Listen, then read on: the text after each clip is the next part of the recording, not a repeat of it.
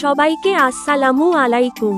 আজকে আমি আপনাদের দেখাবো কিভাবে প্লে পয়েন্টের নতুন লিগ ইভেন্টে জয়েন করবেন। জয়েন করার জন্য প্রথমে গুগল প্লে স্টোরে যেতে হবে। এরপরে প্লে পয়েন্ট অপশনে যেতে হবে। তারপর পার্কস অপশনে যেতে হবে।